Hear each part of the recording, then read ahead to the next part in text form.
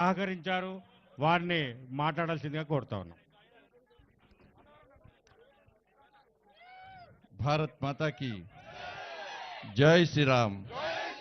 సింహవాహిని అమ్మవారికి అందరికీ నమస్కారం. భాగ్యనగరం అంతా ముఖ్యంగా పాత బస్తీ అంతా కూడా ఇలా పొద్దు నుంచి తిరుగుతున్నా. ఏడవైనా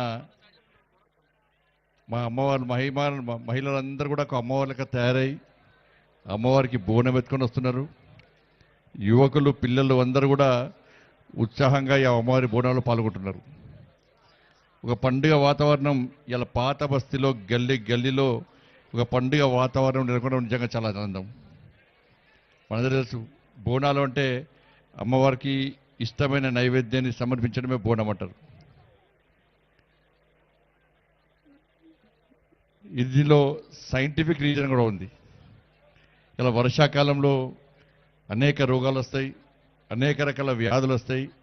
దాని నుంచి కాపాడు తల్లి అని చెప్పి అమ్మవారిని మొక్కుకుంటూ అమ్మవారికి ఇష్టమైన నైవేద్యం సమర్పించడం ద్వారా ఆ రోగాలు తొలగిపోతాయని చెప్పి ఒక నమ్మకం, విశ్వాసం.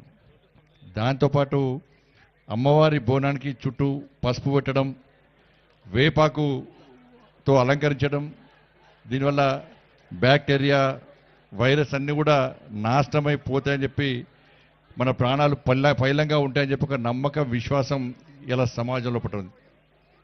ఇలా అప్పుడెప్పుడు గత కాలంలో ప్లేగ్ వ్యాధి వస్తే ఆ ప్లేగ్ వ్యాధి నుంచి కాపాడు తల్లి, ఈ ప్లేగ్ వ్యాధి వల్ల ప్రజల ప్రాణాలు పిట్టల్లా రాలిపోతున్నాయి, ఈ ప్లేగ్ వ్యాధి నుంచి ప్రజల ప్రాణాలు కాపాడితే నీకు దేవాలయాన్ని నిర్మించి నీకు నైవేద్యం బోనం సమర్పిస్తామని చెప్పి ఆ రోజు వీర జవాన్లు భాగ్యనగర్ ప్రజలంతా ఆ తల్లిని వేడుకుంటే ఆ తల్లి కరుణించి ఇలా ప్లేగు వ్యాధి నుంచి ప్రజలను కాపాడింది. కాబట్టి వాళ్ళ సికింద్రాబాద్లో అమ్మవారి గుడిని నిర్మించి అలా బోనాలు సమర్పించి ఇలా బోనాల పండుగ చేసుకుంటున్నాం.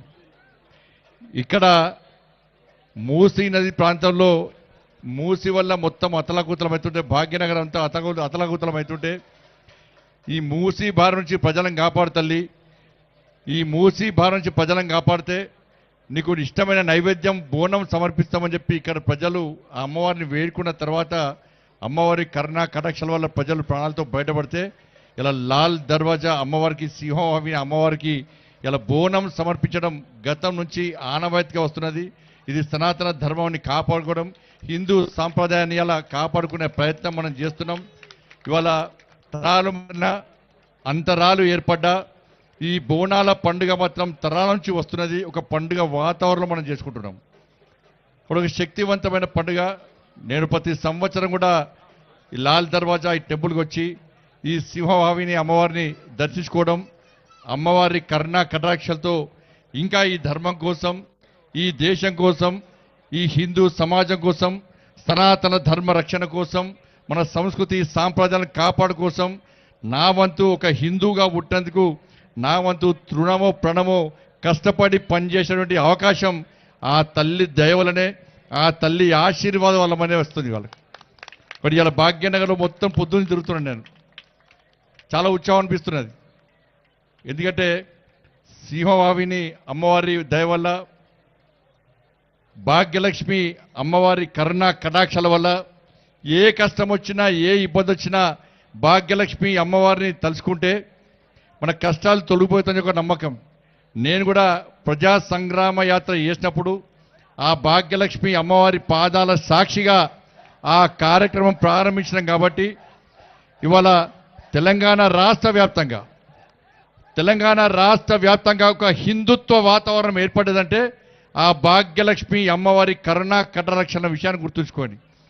చాలా పార్టీలు, చాలామంది కూడా అనేక రకాలుగా మాట్లాడుతూ ఉంటారు. ఇవాళ హిందూ ధర్మం గొప్పతనం మీ అందరికీ తెలుసు. చాలామంది ఓటు బ్యాంక్ కోసం ప్రయత్నం చేస్తూ ఉంటారు. ఇవాళ మళ్ళీ చెప్తున్న పాత బస్తీ నుంచి ఎవరైతే ఇక్కడ టెర్రరిస్టు బాంబులకు భయపడి, ఇక్కడ జిహాదీ ఉగ్రవాదుల యొక్క ఆగడాలు అరాచకాలకు భయపడి ఇక్కడ నుంచి వెళ్ళి ఇతర ప్రాంతాల్లో ఉంటున్నారో, మళ్ళీ నేను అప్పీల్ చేస్తున్నా, ఈ సింహవాహిని అమ్మవారి సాక్షిగా నేను చెప్తున్నాను, ఆ భాగ్యలక్ష్మి అమ్మవారి పాదాల సాక్షి చెప్తున్నా, మీరందరూ తిరిగి రండి, పాత బస్తీకి రండి. మిమ్మల్ని హిందూ సమాజాన్ని కాపాడుకునే బాధ్యత ఇవాళ మేం తీసుకుంటాం. ఇవాళ హిందువులందరూ భాగ్యనగర్లో ఓటు బ్యాంక్ మారినారు. ఇలా ఓటు బ్యాంక్ మార్చాల్సిన బాధ్యత మాదే ఉంది. కాబట్టి ఇవాళ భాగ్యలక్ష్మి అమ్మవారి శక్తి ఏందో, భాగ్యలక్ష్మి అమ్మవారి యొక్క పవర్ ఏందో ఇవాళ ప్రపంచ వ్యాప్తంగా చూపెట్టినాం. దేశం నుంచి ఏ రాజకీయ నాయకుడు వచ్చినా, దేశం నుంచి ఏ సెలబ్రిటీ వచ్చినా ఇవాళ